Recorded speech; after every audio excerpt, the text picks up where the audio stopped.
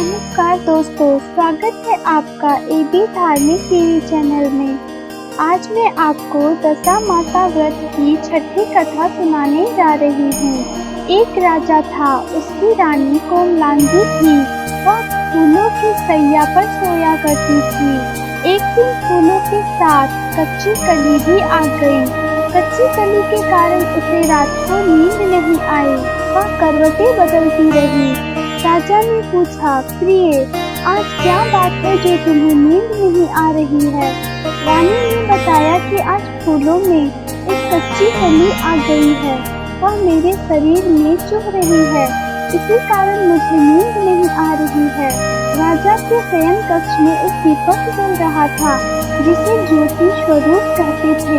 ज्योति स्वरूप रानी की बात सुनकर हंसा। राजा ने हाथ जोड़कर उससे हंसने का कारण पूछा। ज्योति स्वरूप ने बताया कि अभी तो रानी को कच्ची कली के कारण कितनी तकलीफ हो रही है। कल सवेरा होने पर जब रानी को सिर का बोझा ढोना पड़ेगा, तब इनकी क्या गत बनेगी? राजा ने पूछा कि क्या मेरे जीवित रहते ऐसा संभव है? तब दीपक ज्योति स्वरूप ने उत्तर दिया, हाँ संभव है, तुम्हारे जीते जी संभव है। ज्योति स्वरूप की बात सुनकर राजा ने मन में सोचा कि देववाणी कभी असत्य नहीं होती। होनी को कौन टाल सकता है? रानी को अवश्य बोझा ढोना पड़ेगा, परंतु यह हो सकता है कि यदि मैं इसे एक संदूक में बैठाकर समुद्र में बहा दूं तो संभव है कि बोझा ढोने से बच जाए, क्योंकि समुद्र में डूब जाने पर बोझा ढोने से बच जाएगी। राजा ने उसी समय रानी से कहा, चलो मैं तुम्हारे मायके छोड़ आऊं, कुछ दिन तुम वहीं रहना। रानी बोली, परंतु महाराज, मेरे मायके में तो कोई भी नहीं है, मैं वहाँ किसके पास रहूंगी? राजा ने कहा कि तुम्हारे गोत्र संबंधी वहाँ बहुत अच्छी दशा में है, मैं उन्हीं के पास तुम्हें भेज देता हूँ। रानी ने राजा की बात मान ली। रानी ने बहुमूल्य आभूषण और कीमती वस्त्र धारण किए। तब राजा ने रानी को संदूक में बिठाकर नदी में बहा दिया। वह नदी समुद्र में ऐसी जगह मिलती थी जहाँ पर राजा के बहनोई का राज्य था। समुद्र से मोती निकालने का ठेका राजा के बहनोई ने ले रखा था। वह संदूक बहता बहता जब राजा के बहनोई के इलाके में पहुँचा तो उसने मल्लाहों को आज्ञा देकर संदूक को समुद्र से बाहर निकलवा लिया। संदूक को उसने अपने महल के शयन कक्ष में भिजवा दिया और आदेश दिया कि मेरे पहुंचने तक इसे कोई नहीं खोले। राजा का बहनोई जो उस जगह का स्वयं राजा था, उसने शयन कक्ष में संदूक के पहुंचते ही रानी को पता चला कि संदूक को राजा ने समुद्र में पाया है, तो वह फौरन शयन कक्ष में आई। रानी ने संदूक को खोल दिया। उस संदूक के अंदर 16 श्रृंगार किए एक स्वर्ग सुंदरी मिली। रानी ने अपने मन में सोचा कि यदि राजा इसको इस दशा में देखेंगे तो इसके ही हो जाएंगे और मुझे छोड़ देंगे। इसलिए उसने उस रानी के सब जेवर कपड़े उतारकर उसे फटे पुराने कपड़े पहना दिए और संदूक में बंद कर दिया। राजा जब बाहर से महल में आए तो उसने रानी को अपने शयन कक्ष में बुलाया और रानी से पूछा कि क्या तुमने देखा है कि संदूक में क्या है? रानी ने उत्तर दिया कि मैंने कुछ नहीं देखा, मुझे नहीं पता इस संदूक में क्या है। राजा ने रानी के सामने संदूक खुलवाया तो उसे संदूक में अंदर फटे पुराने कपड़ों में एक स्त्री दिखाई दी जो भिखारन सी लग रही थी। रानी ने कहा, यह कोई भिखारन लग रही है, इसको कारखाने में भिजवा दिया जाए, वहाँ लकड़ी ढोकर अपना जीवन निर्वाह करती रहेगी। राजा ने रानी के कहे अनुसार उसे कारखाने में भिजवा दिया। एक दिन रानी की सहेलियां नदी में स्नान करके दशामाता का डोरा ले रही थी। उनके पास एक डोरा रह गया था। वे यह सोच रही थी कि इस डोरे को खींच दिया जाए कि उसी समय लकड़ी ढोने वाली रानी वहाँ आ गई। उन्होंने उसे रोक कर पूछा, बहन, हमारे साथ दशामाता का एक डोरा ले लो। रानी ने कहा कि मुझे डोरा लेने में कोई हर्ज नहीं है, परंतु मुझे खाने भर को भी नहीं मिलता। मैं इस डोरे कैसे करूँगी। वह बोली कि तुम इस बात की चिंता मत करो, हम हर रोज इस जगह पर स्नान करने आया करेंगे। 9 दिन तक हम यहाँ पर कथा कहेंगे, तुम भी रोज आकर कथा में शामिल हो जाया करना। 10वें दिन पूजा होगी, तब तक दशा माता चाहेंगी तो तुम्हारी दशा बदल जाएगी। रानी ने दशा माता का ध्यान कर डेरा ले लिया। उसी दिन रानी के पति राजा को ये चिंता हुई कि रानी को संदूक में बंद करके बहा तो दिया था, परंतु पता नहीं उसका क्या हाल होगा।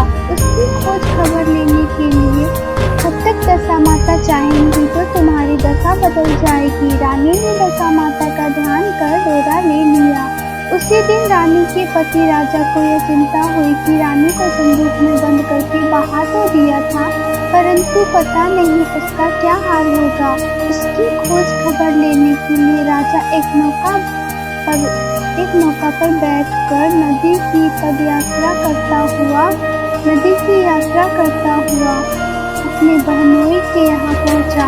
संध्या के समय वह अपनी बहन से बोला, मेरे हाथ पैरों में बहुत दर्द हो रहा है, किसी दबाने वाले को बुलाओ।